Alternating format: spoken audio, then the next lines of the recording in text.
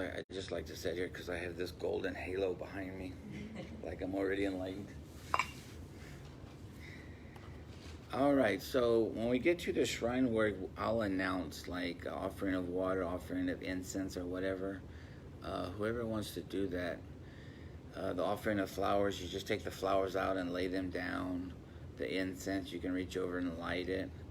Um, Brittany, do you want to do the flowers? And maybe Paris, you can light the incense, and Diane, you can pour the water? Does that sound good? Huh? Oh yeah, and there's a lighting of the candle too, so.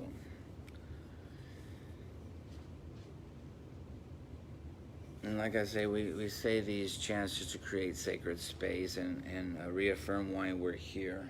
Reaffirm that we're here to become more compassionate, more generous, more loving, so forth and so on.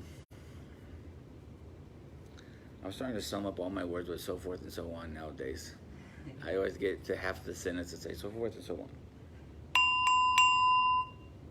All right.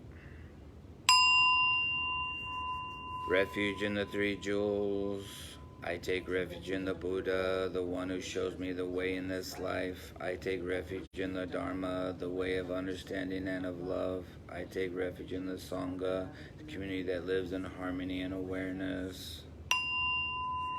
Dwelling in the refuge of Buddha, I clearly see the path of light and beauty in the world. Dwelling in the refuge of Dharma, I learn to open many doors on the path of transformation. Dwelling in the refuge of Sangha, shining light that supports me, keeping my practice free from obstruction. Taking refuge in the Buddha and myself, I aspire to help all people recognize their own awakened nature, realizing the mind of love. Taking refuge in the Dharma and myself, I aspire to help all people fully master the ways of practice and walk together on the path of liberation. Taking refuge in the Sangha and myself, I aspire to help all people build fourfold communities to embrace all beings and support their transformation.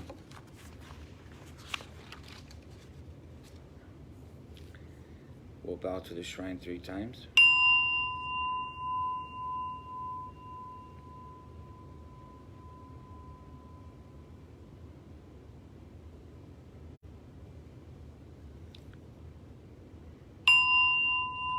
Offering of flowers. This spread of flowers, fresh hued and fragrant, I offer at the sacred lotus feet of the noble sage, with flowers in great variety, the Buddha I adore. And by this merit may I gain release, even as these flowers must fade, my body too will pass away. Offering of light. With lights brightly shining, dispelling the gloom, I honor the fully awakened, that light of the triple world who dispels the gloom of ignorance.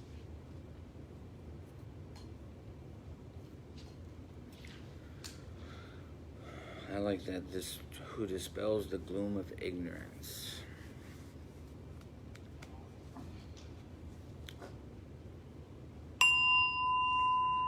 Offering of incense, perfumed with infinite qualities, the Tathagata, fragrant of face and form, I revere with incense sweet and penetrating.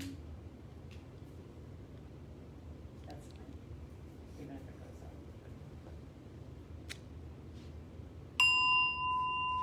up. Offering of water. We offer water, symbol of purity, to the Buddhas of all times. May this wash away the obscurations of ignorance and sate the thirst of craving and aversion.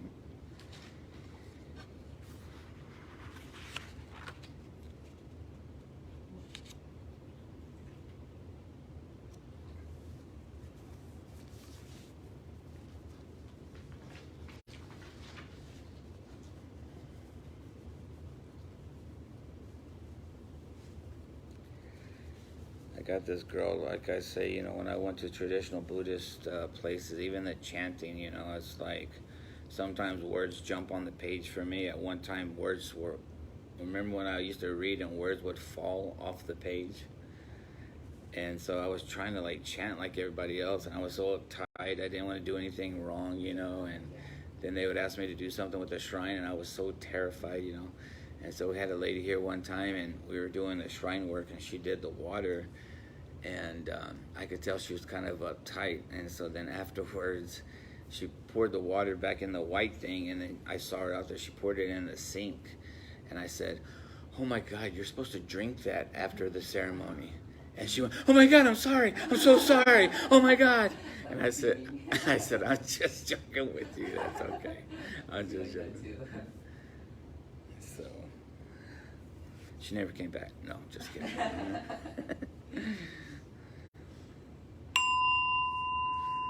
Notes on mindful breathing.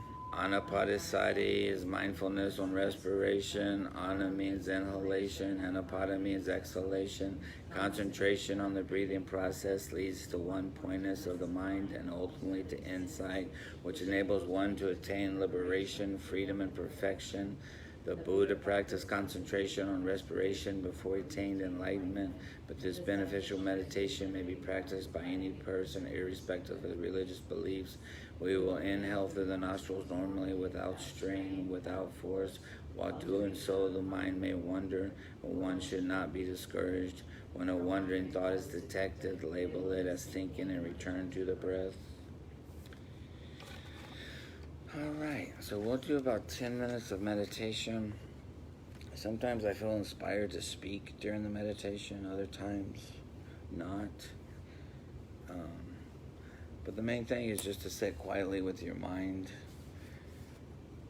The instruction is to breathe in through the nostrils and out through the mouth. There's all kind of science behind that. Have y'all seen the thing where people are taping their mouth shut at night when they go to sleep? Yeah, it's a huge fad now. I actually tried it for a while, but it didn't work so well. But a lot of people are taping their mouth shut with just a little piece of tape, and they're just breathing through their nose, and they're saying that their next day they're full of energy, their mind is clearer. Something about breathing in through the nostrils. So they say sometimes when you're breathing through your mouth, you're getting too much oxygen.